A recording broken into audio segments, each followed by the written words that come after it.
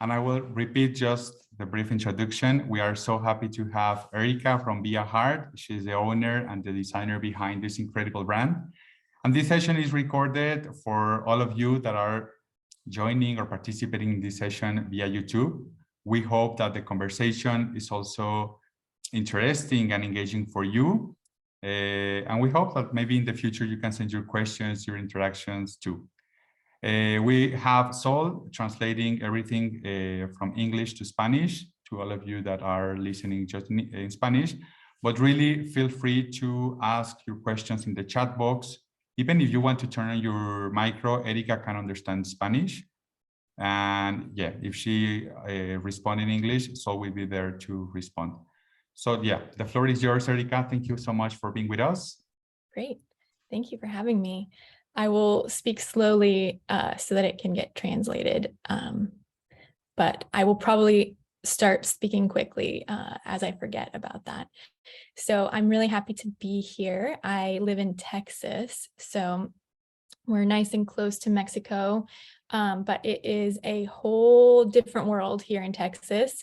We've lived here for about 3 years, and it's unlike any other place that I have experienced in the US. So yeah, I won't bash it because people will be able to see this on YouTube and see what I really think about Texas. So I own a business called Be a Heart, and we are primarily a Catholic company. I'm Catholic. It started that way. We have in the last year started branching out into more broad Christian audience, just as we were seeing that there was kind of that crossover. But everything comes from my own spiritual life, so it is primarily Catholic. And I am a mother. I have 2 young children. My daughter Frances is 2, and then my baby Luce is 6 months old. So it has really been this year a change in trying to figure out how to both be artist, business owner, mother, and wife. And on Instagram, it has basically just become me like failing at so many of the things, and trying to figure out like where God is in all of that. So I thought today that I would just share my story because it's really all that I have in terms of how God has brought healing and change to my own life, and how art has played a role in that, and ultimately now is my living. And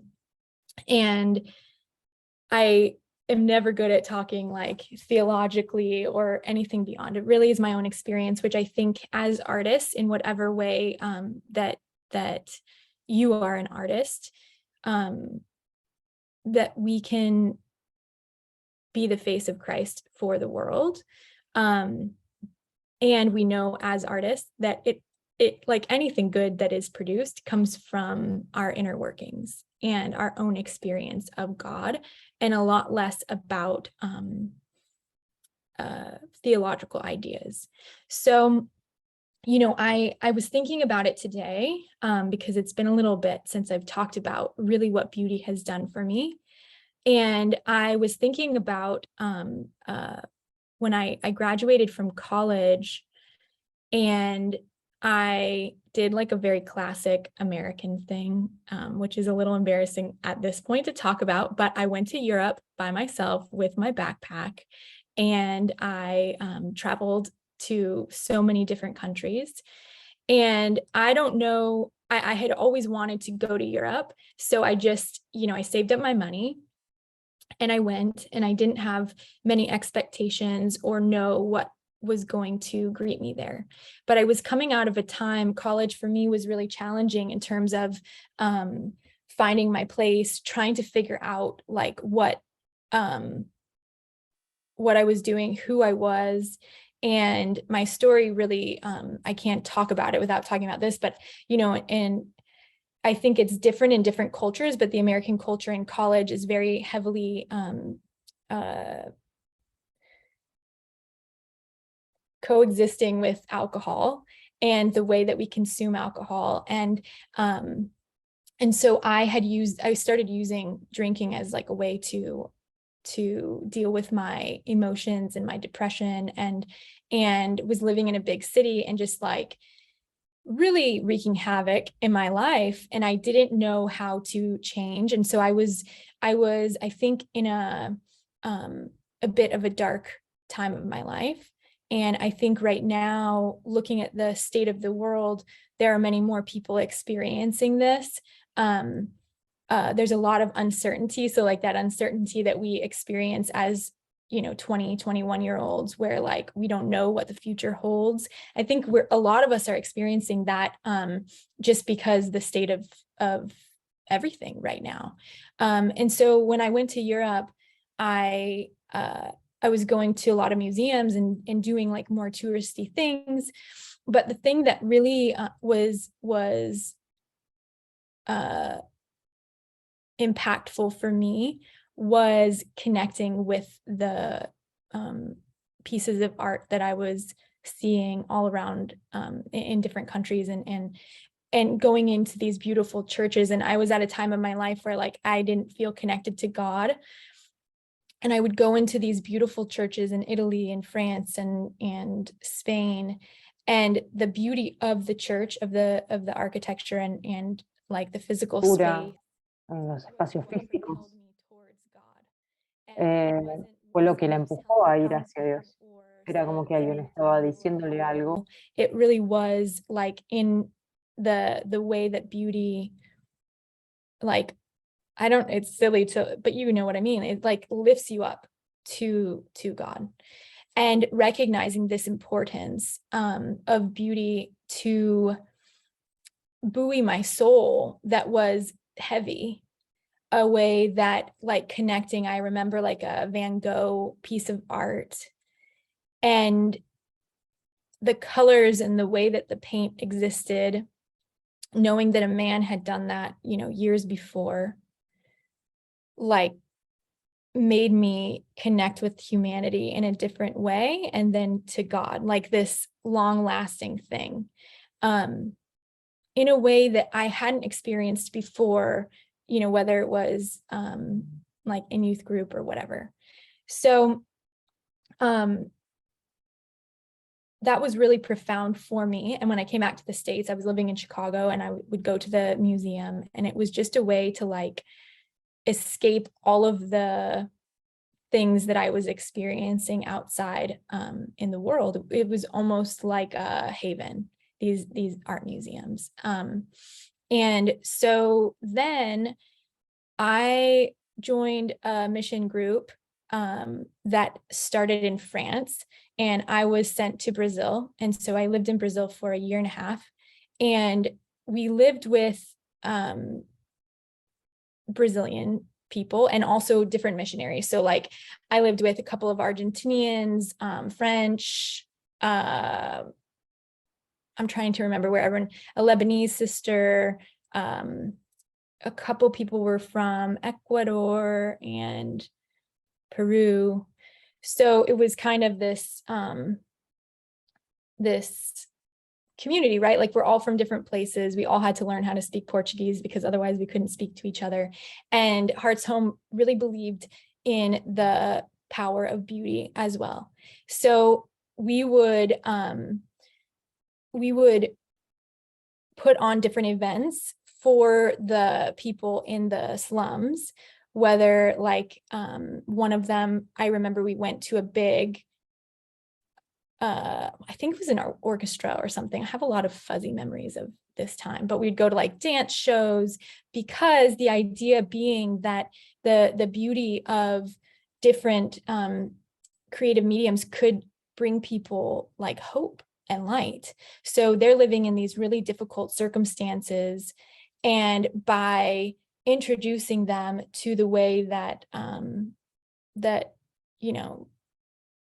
the dancers' clothes move on the stage, or we would have them come and like we would do some bring an artist in, a musician in, and like teach them how to do different things. One of the women in the community taught the kids how to play different instruments like violin, and they would go to lessons. And then I was in charge of the school. So I used an art curriculum. And I say curriculum very lightly because I didn't have any resources. Like it was just kind of doing what I could. But these kids had lived through really difficult things. They were young and they had had a lot of trauma. And I knew the way that beauty had revived my soul. And so I thought if I can give these opportunities for them to explore themselves and their life and see outside of their own little tiny world, then maybe it would help them as well.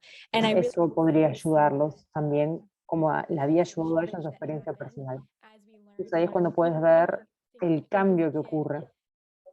Se dice que incluso para ella cuando era una niña se frustraba mucho cuando probaba algo nuevo y no se parecía a lo que things to be perfect in the first time that I tried them. And we know as artists that it's like a progressive thing. You have to put in time. Not everything is great. You can kind of like change it, or all of these lessons that we learn about life. And so I remember the girls, like they just wanted to rip their papers up, and I would say like, okay, let's just like rework this. And it taught them so much. And I watched the change in their confidence in the way that they viewed the world. And I was convinced then that beauty, really can heal us. And so when I moved back to the States, I moved to New York, and life was not turning out the way that I wanted. I mean, part of the story is like my own issues. And I think it is maybe in the American church more than anything, where like we're kind of taught this idea, like if you follow the rules and you do all the right things, then you're going to get what you want. And like this like dream life. And it kind of mimics like our society in a lot of ways. And so learning that like that's really not how God works, that he really just transforms our hearts rather than just being like Santa Claus who gives us what we want. And so I still didn't have many coping mechanisms for just like dealing with life. And so I took back to drinking and like getting myself into situations that were not great. I was miserable. And I really didn't know how to change. So fast forward, I kind of say that like it's a huge thing that was bigger than just like passing over time. But I started meeting with a spiritual director, and ultimately he helped me get sober. And so I quit drinking, but all of a sudden I was left just with myself. And the call to say like, just pray, or like, just have more faith in God, or just trust a little more doesn't work when you're dealing with a lot of the things that we're faced with in life. And so I was looking for a way to deal with the anxiety that I was experiencing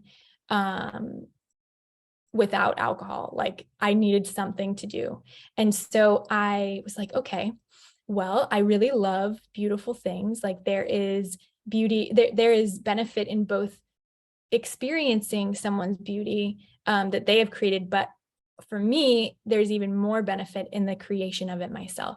And so I was living in a small apartment in Brooklyn, and I needed something to do that like I could do, and then I could put it away, because my roommates were not going to have my art stuff everywhere, And I remembered that my mom had taught me calligraphy as a little girl, and hand lettering was just gaining popularity. Like, now we're kind of moving away from it some, but remember 2014, 15, everything was hand lettered. And so I started teaching myself calligraphy, and the act of doing something slowly with intention became like a meditative experience for me. I wasn't someone who could sit and just like, if I sat, like if it was like, okay, meditate right now, we're gonna have 15 minutes. I'm thinking about everything I'm worried of. I have not connected to my body. And for me, having something that I had to do with my hands allowed my like spirit and brain to kind of relax into it. And so I would do that in the evenings, and I always laugh because I was using the wrong side of the nib, like on a calligraphy pen there, you know, when you dip it into the ink and there's a certain way to do it. For 6 months, I was doing it wrong. And the reality is, like, it didn't matter how I was doing, what I was making. It was the act of doing that began to like birth new life in me. And it really was about showing up and like continuing to learn and practice and develop. And so out of left field, I mean, this is not something I ever imagined. I studied sociology in school. Like I never imagined owning a business, being an artist. I didn't go to school to be an artist. I didn't really like learn these things. I was 24 or something when I started teaching myself that. And it continued to progress. But the reality was, like, I think where I was able to, like, where the ministry part of this happened is being able to share my own experience and sharing like who I am and what I was going through with the lens of faith. And so as I was meeting God through my art and then sharing that with others, you know, I think it doesn't seem so, it doesn't seem like it should be so revolutionary. I think in the title of like sharing authentically. But I think what happens so often in our Christian circles and in let's just talk like in the Catholic world is that there isn't much space to actually share like our real struggles. Like what I see, and it has changed a lot in the last couple of years. I will say people are a little bit more open. But I think that this like desire to be seen as having it all together, or having this perfect faith, or doing all of the right devotions, or looking the right way, having the right family, as a reflection of what our spiritual life should be, or not speaking of our doubts about our faith. I think it has been, can be really detrimental. And so what happens is that people are actually being confined to their shame in their own homes, in their own lives, because they're afraid if they actually shared what was going on, if they actually shared who they were, then they would be rejected. They would not have a space. And we all want to be invited in. And so I think in what I see with the women who are now in our community, and more, we generally have more women than men, because it's me, but in sharing like my actual self instead of who I think people want me to be, or whatever, or I feel like I need to be, has allowed other women to do the same in their own lives, or like not feeling that shame, or questioning certain things about the way they relate to God or allow God into their life. And so I think that there is a real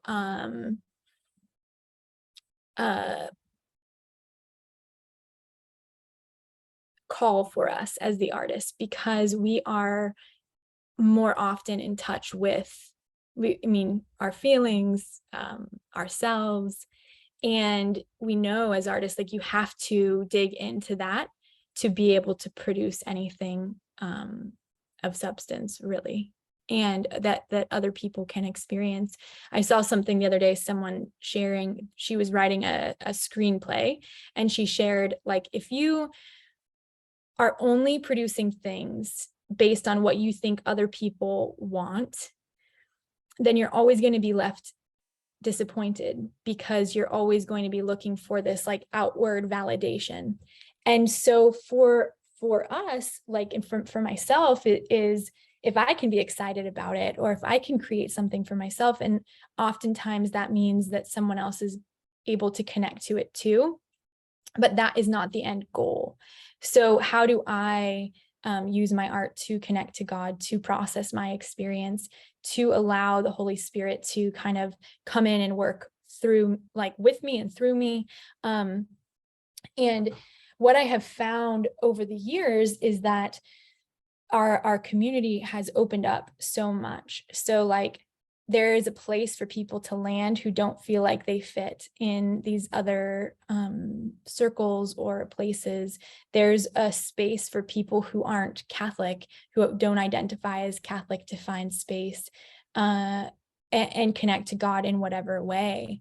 And there is so much of my desire is to particularly reach people who maybe grew up Catholic or have a cultural Catholic experience and don't quite know how to connect to God, or that it doesn't have to be a certain way. And so how we've done that, and that was probably God's idea, like, it's not particularly mine, but in making beautiful things, there is an invitation to it. Because we're not saying like, come, I don't know. I'm trying to think of like what another, like, you have to believe that, you have to believe this, you have to be this way, and then you're welcome. It's really just like, here's this beautiful thing. You may not be Catholic, you may not have the same belief, but objectively speaking, you're drawn to the beauty. And what we know is that beauty is what then lifts us to God. So I think there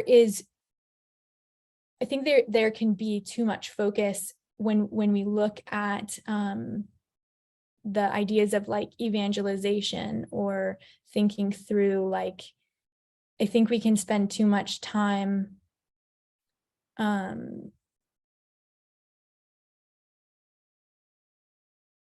focusing on like how people have to be, or these ideas of like, how do we share Christ? But we know that Christ is love, and that there is beauty in God's goodness. And I think that if we can just show up as ourselves, which honestly can be one of the hardest things, like, not just to show up as ourselves, but show up in any kind of way. If we can be authentic to our own experience and not feeling like we need to make it look like someone else's experience, or be an experience that it is not, if we can really live in the reality of who we are, where we are, how God is meeting us, and we can share from that place. And then as the artist, as however God calls us to that, in sharing ourselves in that way through our chosen medium, we invite them to God, and God does that work, like, we don't have to be God.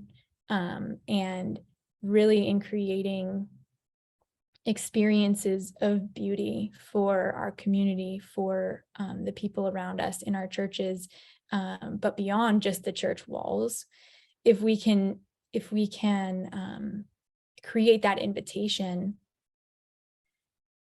And I think the greatest invitation really is that, like, if we show up as ourselves, then we invite others to show up as themselves too.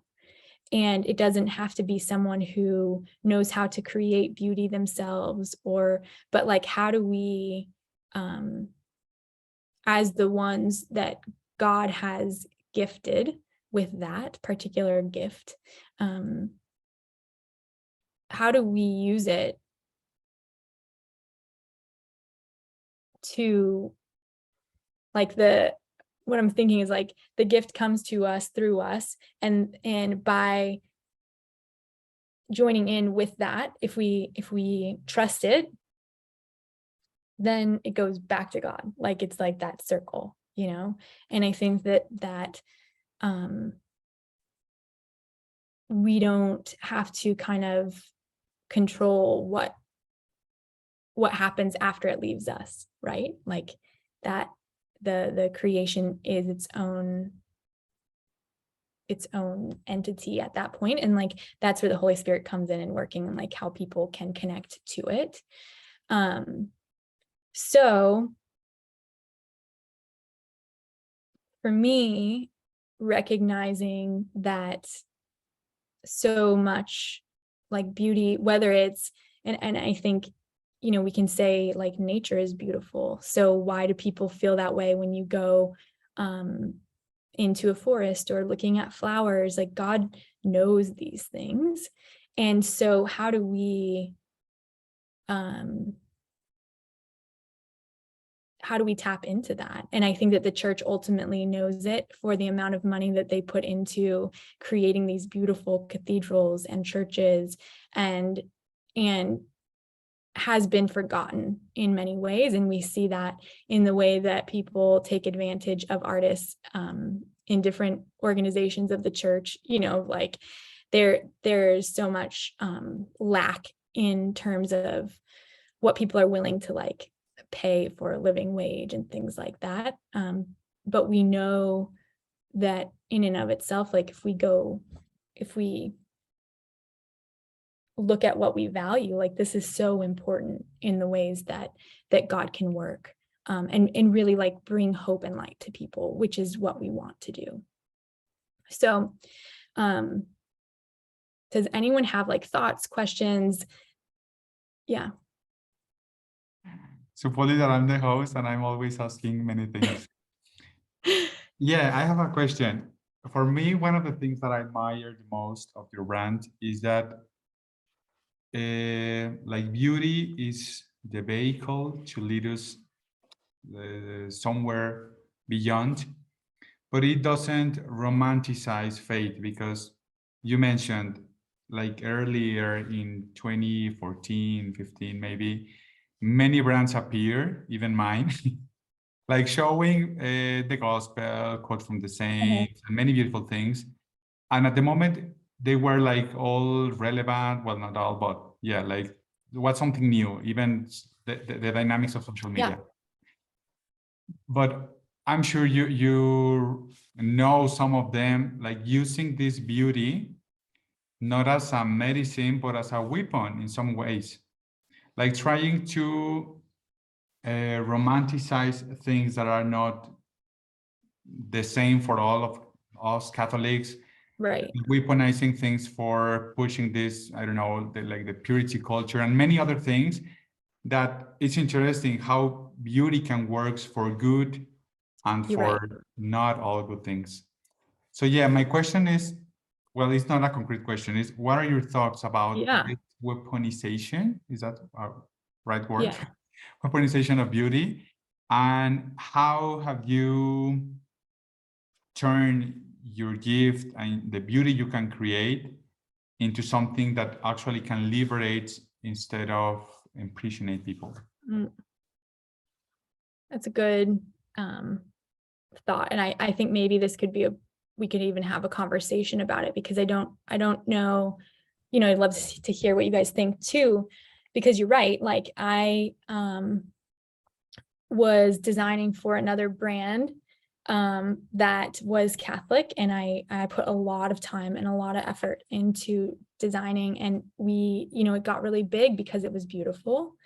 And then I ultimately stepped away because I couldn't stand behind where they were headed with the like things that, as you're saying, like it was starting to be like manipulating people into being one way or like thinking a certain way, you know? And sorry, unfortunately, what is more abundant is those kind of brands. In the Catholic circles, it's more normal to see those kind of brands that it seems beautiful and with the piety and many like beautiful things, but it's so hard to recognize when someone is pushing us like to dark places in the faith and to luminous places. And it can be even like not objective to define. Right. Yeah. Sorry. Right. I mean, I think that that's what's really hard. And I think I don't know. I'm just having this thought, and this, I too think I have to be aware, like, I think this might be an American Catholic Church issue, but right now, the big thing is like the Latin Mass, and there's this idea that because it's beautiful, like they're using things of beauty, right? Like it's more beautiful to veil and the gold, and there is beauty in it. Yeah, And they're drawing people to that way, and then they're saying, but this other way is bad. And so it's this exact same thing, I think, what you're talking about. So how do we, where is that line? And I don't know. I don't know. Like, how do we, I think that that's the challenge, even that I face in the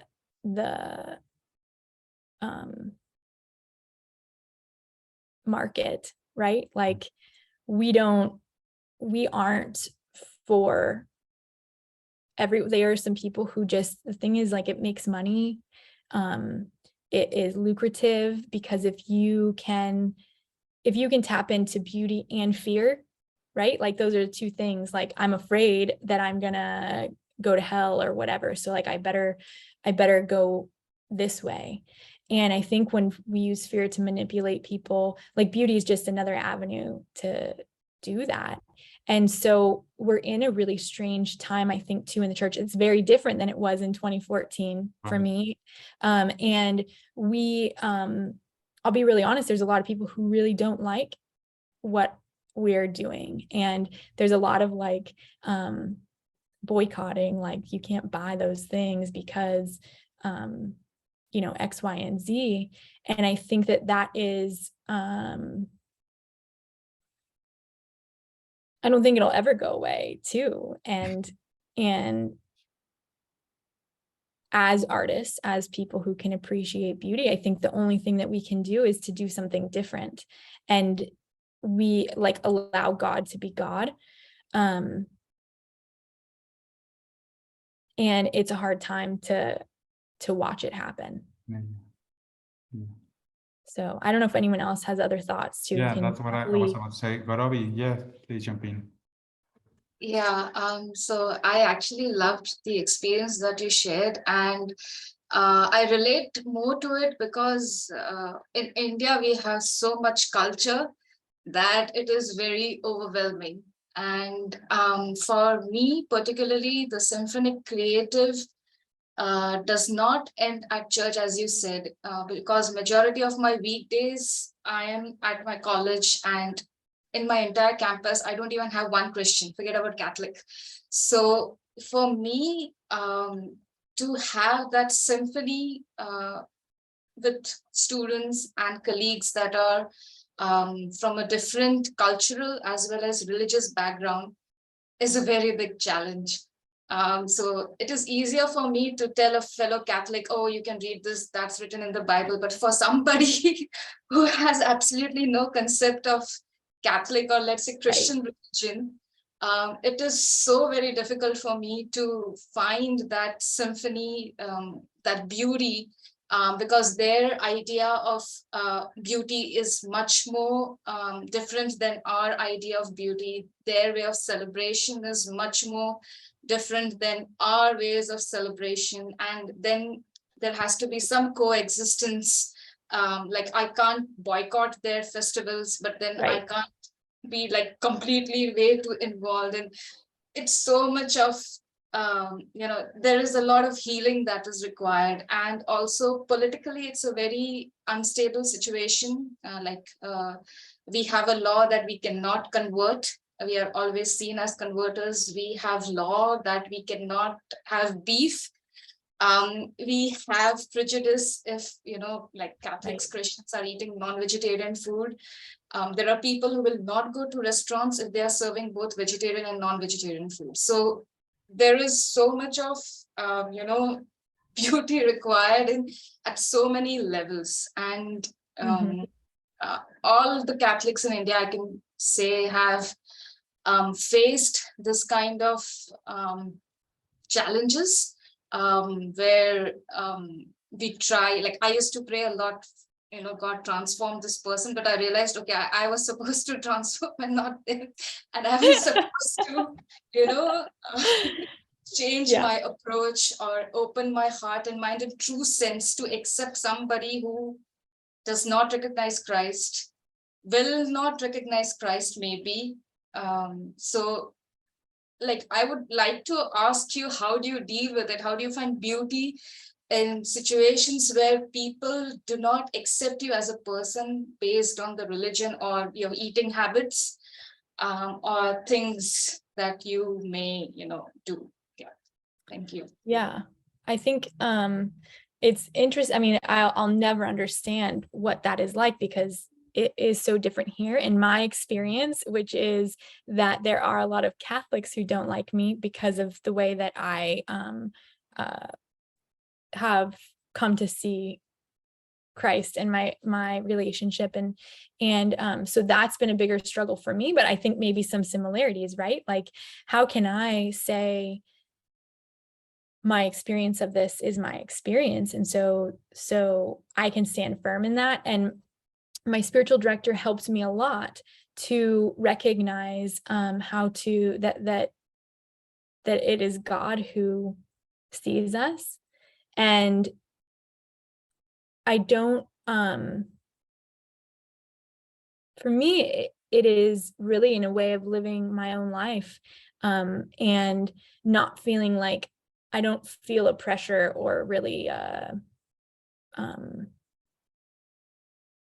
pull to like evangelize in the normal sense of like, you need to be Christian, right? It's like this idea that really what we're called to is to love people. And so for me, it always goes back to that.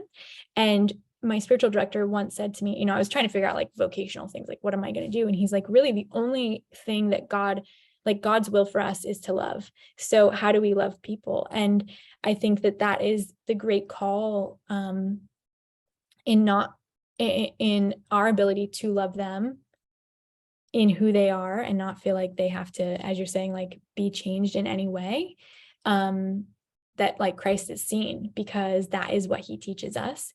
And it's only in our example and like the way that we live that can like do anything, but is very challenging. So like you can't convert people, it's a law, like you like, okay, and yeah, like you just like create from your own self. You don't have to be you're just sharing who you are. And I think that that's a way that people can see Christ in you. So thank you. Thank you. Ale, si quieres hablar en español, te puede entender y solo traduce. Como prefieras. Okay, hi Erica. Bueno, para mí creo que el mayor desafío no es tanto ser un católico en el mundo, sino me parece que es ser un artista dentro de la iglesia, porque existen todavía muchos estereotipos.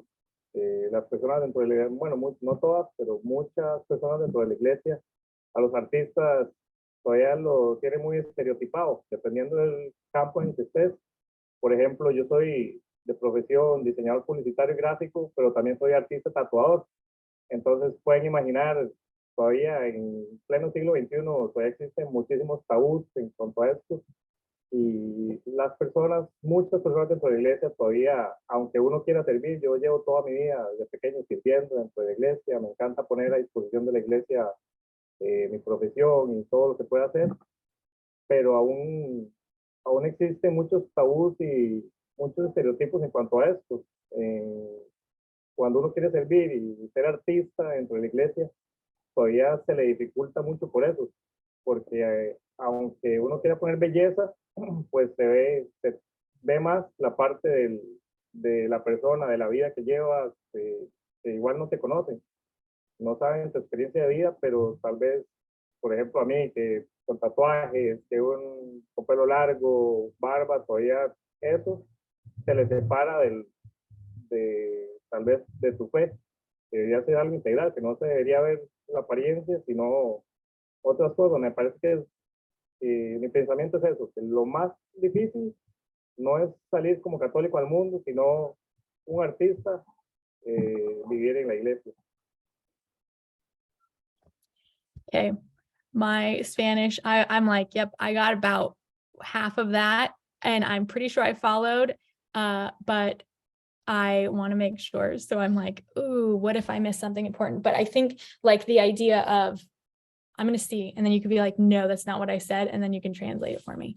The idea of like being an artist in the church or just being an artist, like in the regular world, like not having those two things, and the importance of like, I mean, what I was thinking of too, I should really just get this translated, but what I was thinking through as you're saying this is like, I also don't think things that beauty, it doesn't even have to be about the church or Christ, like in beauty in and of itself, like there is God in that. And so it doesn't always have to be like I'm doing graphic design for a church, you know, because like who we are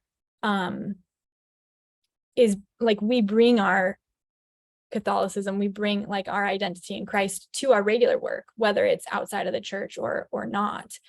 Is that kind of what he was saying? Yeah, sort of. I think a part of that, he was sharing also the testimony of the taboos and the prejudice that are for the, like, how does it look like, or how are we used to see a Catholic artist? Oh, right. Yeah, he was showing like it's not the normal to see someone like some man like he or myself with long hair or with tattoos, right, or like, yeah, like this frame and this unique way of being a Catholic artist. And connects,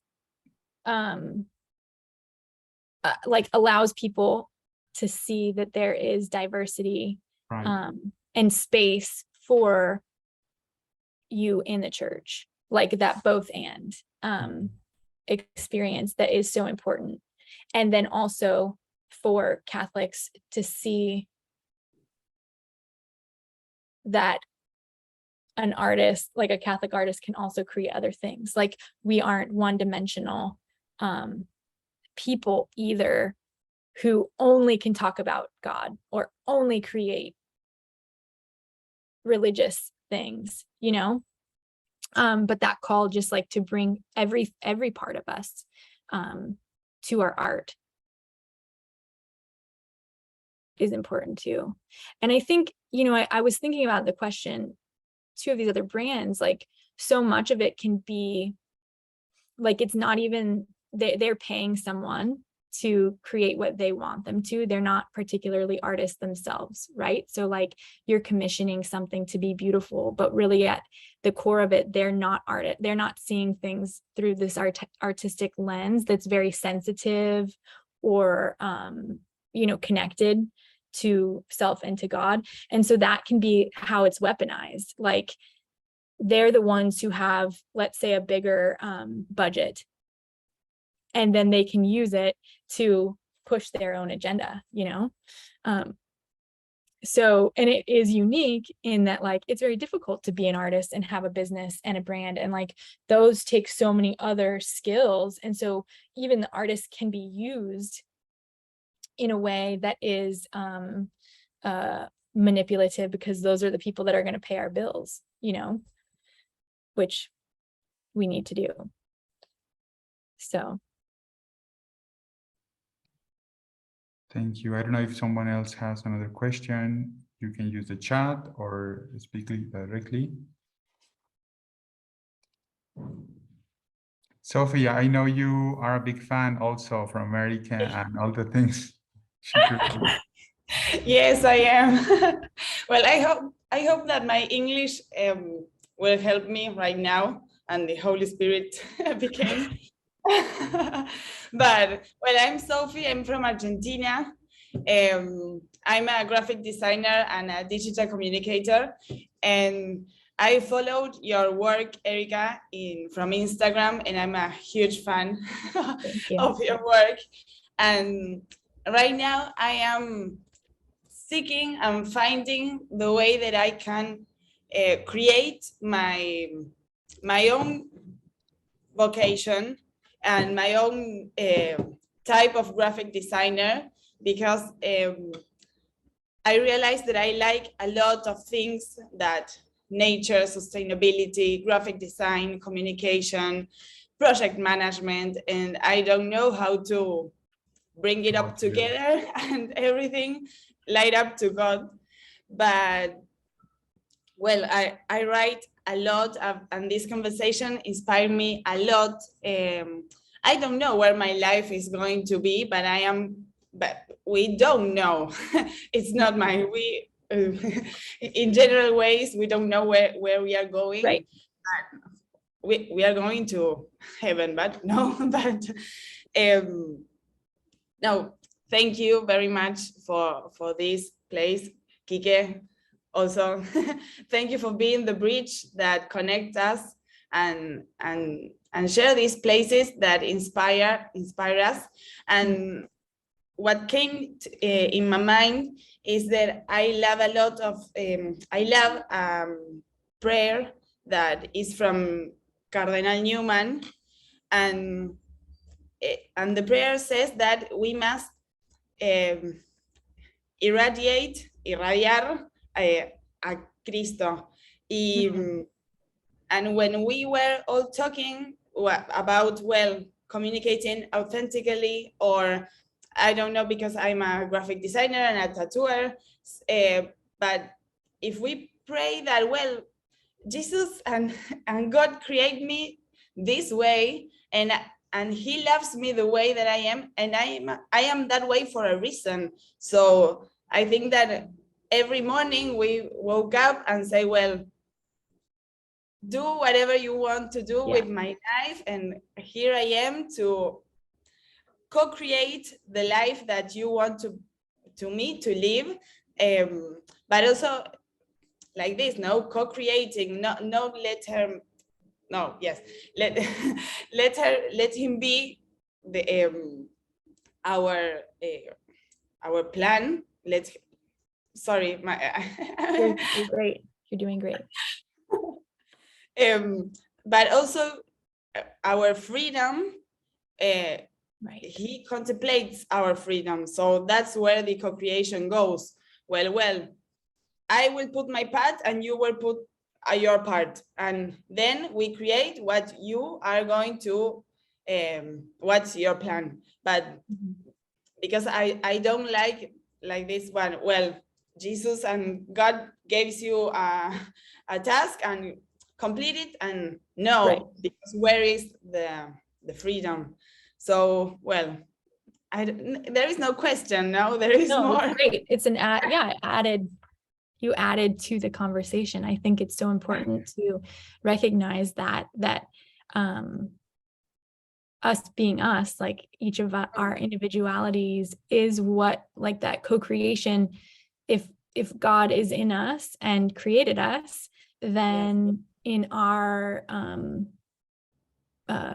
like the Holy Spirit experience of that, of like allowing that, I mean, that's all he asks of us. And that's how you can create something that has nothing to do with like a religious matter, in terms of like, if it, I don't know, is like for a church or something like that, but like how we can put our hand of beauty in whatever we're creating and allow God to be in that, I think is really important to recognize and to live, so thanks for sharing that. No, thank you. Thanks, Sophie. Yeah, I was thinking, since the comment from Ale and now with these ideas from Sophie, that this culture of design, because I'm a designer too, and sometimes my experience has been that creating beautiful things for sacramentalizing design has been the wrong path, because I refer to, in English, how is the name? Like sacramentals. We have sacraments and sacramentals, Yeah. right? Yeah. And of course, we know that the rosary or even the prayers or the stories of the saints and other things can help us to build the path.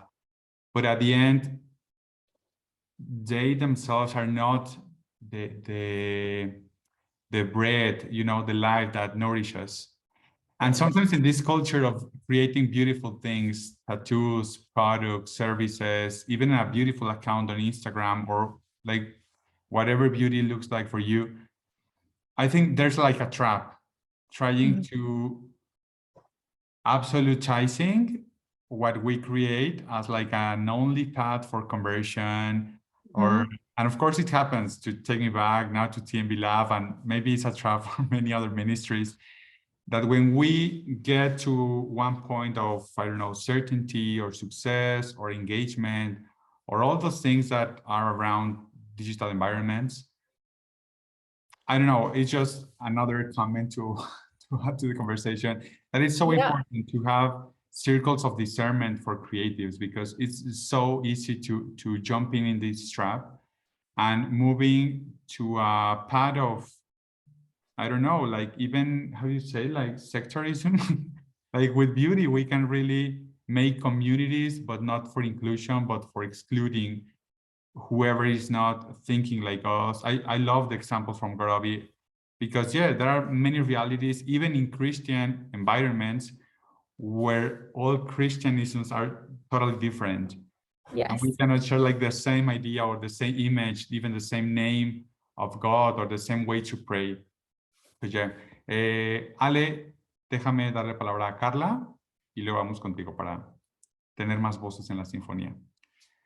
Carla, con toda confianza, español o inglés, como te sientes más cómoda. Perdón, Carla, perdón, Carla. Me? In English. My English is very bad. I'm learning, but I want to practice. So I want to share some ideas. Are those not have to be revolutionary or complex?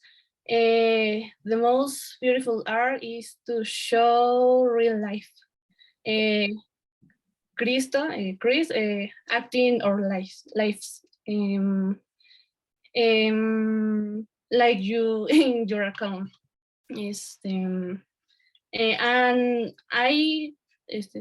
And if I think we have to share the real problems, no fake perfect lives, and in our case, not perfect Catholic lives. Then there is a challenge, be authentic. So my question is, what do you think can help us to be authentic? How can we be authentic? That's a good question. I think that there takes an extreme amount of self-reflection. Like, can we be authentic to our own selves? Can we be real with our own selves of what is happening and not feel like we have to put a filter on it? And it can be so, what's the word? I can't think of the word, but even I can't think of English words. Enticing to just like, let's think of our artwork, right? Like, it's enticing to only put our finished product that we have, like, we only want to show our best face to it, and to be able to show the progress of something. Like, I look back and I'm like, oh my gosh, who paid me to do that? Like, that is horrible, you know? Even stuff now, like, now I know I'm eventually going to think what I'm doing now is not good. And I think that people become paralyzed in only sharing like the best parts of that, you know, like your best work. And then, like, I hear from a lot of people and I can fall into this too, but like, I'm not going to share my art because it's not perfect. So then you don't ever act, you don't ever share anything, and you're stuck in the same place. And so when we look at our inner life, like our inner workings or our life, it can fall to that too. Like, I only want to show my house when it's perfectly clean, because I want people to think that I don't have, you know, a disaster. Like, even right now, I mean, I'm in my studio and like, I don't get to spend much time in here. It is so messy, and, you know, like, oh, don't really want to show that. But that's where like it almost is like a practice of having to be authentic in who we are. And so then you go to another level of only wanting to show, like, I'm praying my morning prayer every day this week, and I pray my rosary, and like all of these things. And then on the days when we're like, you know, the week we are not doing any prayer, we just don't even say anything. So I think that there is, I don't think it happens overnight. I think that there are ways to practice, like authentically who we are, and recognizing, at least for me, is like recognizing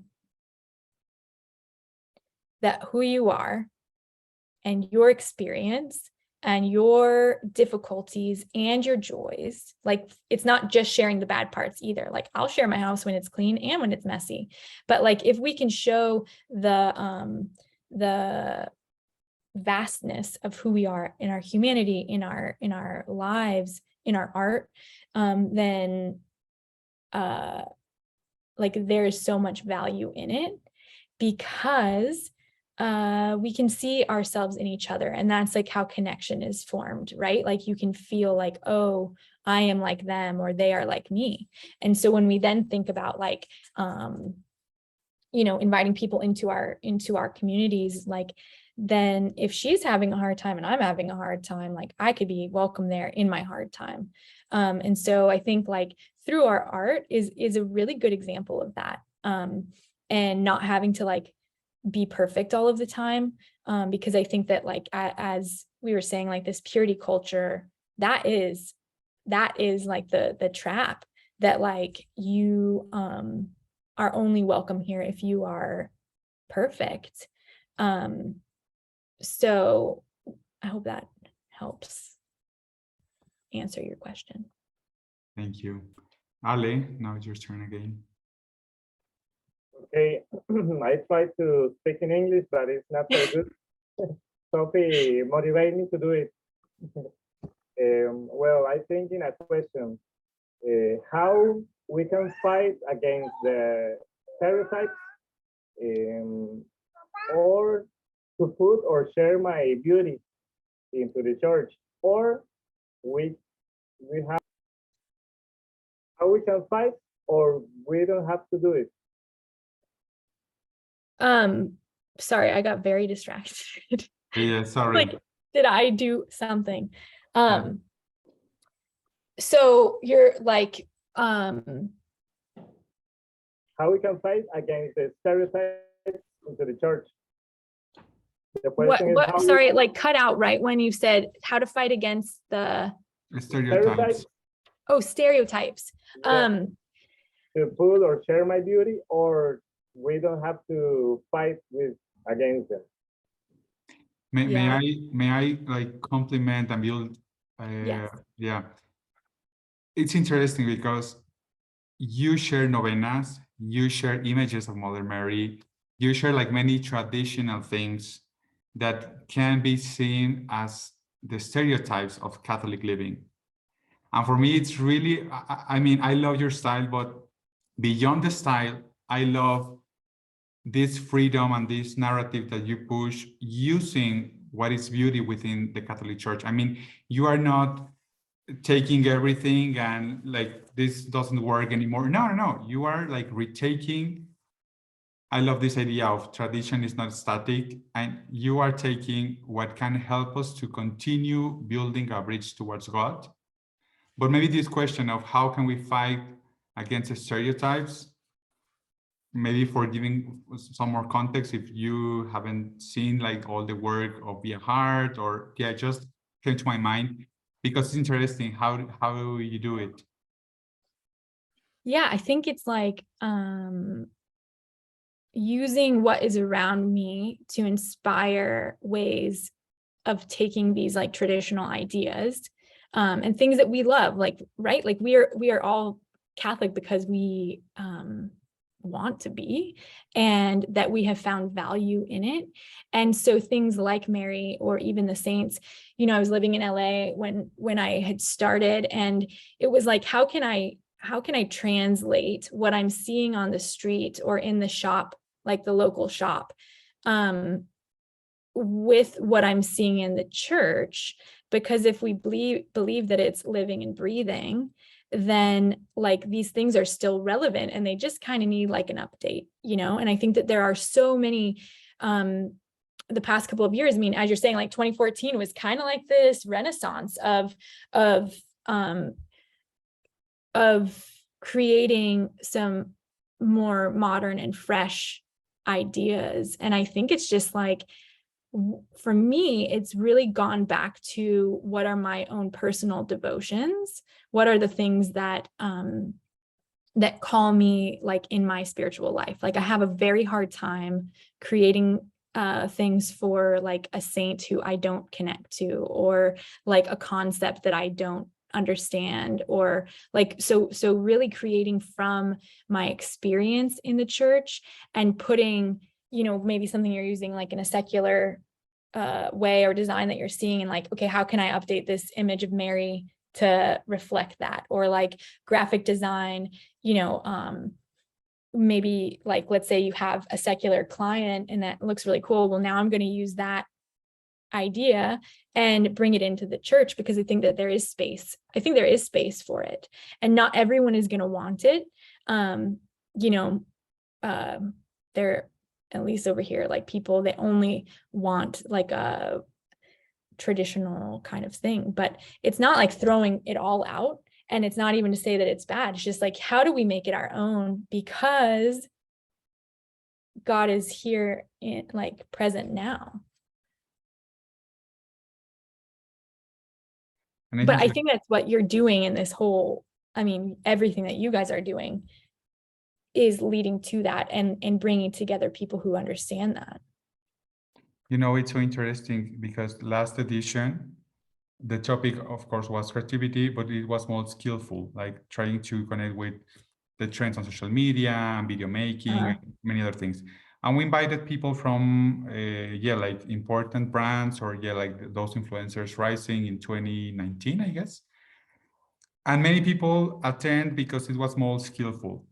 And now we try to combine really like different voices. Cisa Fernandez from Brazil say it loudly, and I really admire her. And she said loudly, I'm more conservative, but through my art, I try to convince from beauty, not for fighting or not for, it's only looking towards God.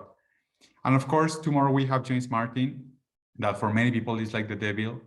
And it's so interesting how we are just, how do you say interlocutor? Like we are not so well for dialogue. I mean, if we examine ourselves and our Catholicism, maybe a good starting point for being creative and for being like a cultural translator with our art, with our design, with whatever we do, is if we are able to really listen to other voices and translate it into something beautiful.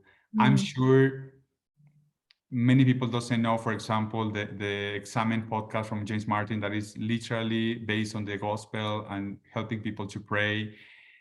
And maybe if some people look at your work, they only see like virgins and Guadalupe mothers and so on, and they cannot even recognize like the lives that are being touched by God. And that is not a finished path, neither for James Martin, nor for Cisa, nor for you, nor for me, and any here in the room. So yeah, I think it's beautiful for us to open this space. It's the first time we tried in this bilingual version. I think it's going really cool. Yeah. Just let me, I don't know if someone else have another question, comment. I know Juan Carlos is kind of busy today, but I know he's very engaged also with this beauty and how can we build a bridge into mundanity and sacred space. Juan Carlos, if you can, don't feel forced. I would like to listen or read something from you. Neil from Bangladesh. Neil is a good friend that is always following the projects from UCAT from Germany, and he's a volunteer. Neil, feel free to, well, whoever. I'm just checking with Pedro how they are doing and how's the time. And I am going to have to go in a second too, because my Right, husband okay. has the little kids and he's going to be like, where are you? Yeah. Okay, they are closing too.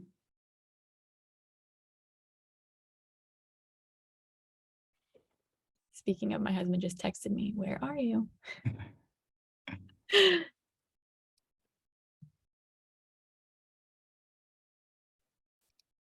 Rooms. Well, Erica, maybe, yeah, just to not take more time, because I told you 1 hour and 50 minutes. If you have to go, it's okay. We will close like the session with some echoes from this room and the other. But yeah, feel free whenever you need to go. I'm sorry. Thank you so much. Yeah, No, great. I have to go nurse the baby. She won't take a bottle. So we are, you know, stuck. Yeah, there is Juan Carlos. Juan Carlos is part of our team. He's a great, great designer, and he's just thanking you.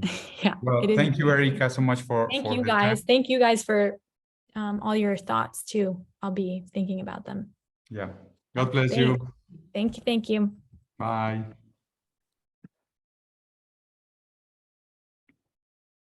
Bien.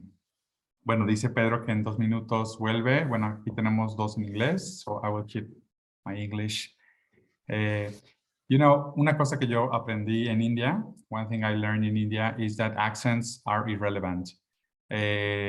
Once I was working in Germany, the accent was incredible, but the grammar was awful. And German speaks like just as they can, and they don't feel fear of or guilty of expressing themselves as they are.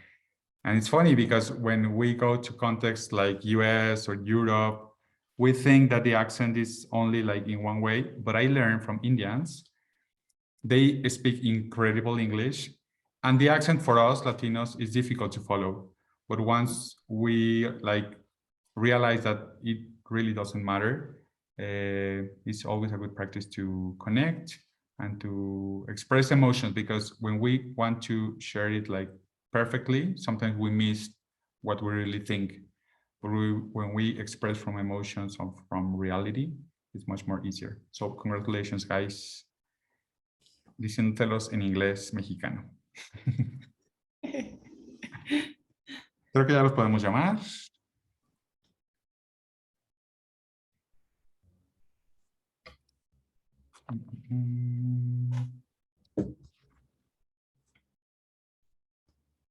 Sorry to interrupt, but my niece would like to say hi. She's been pestering me since long.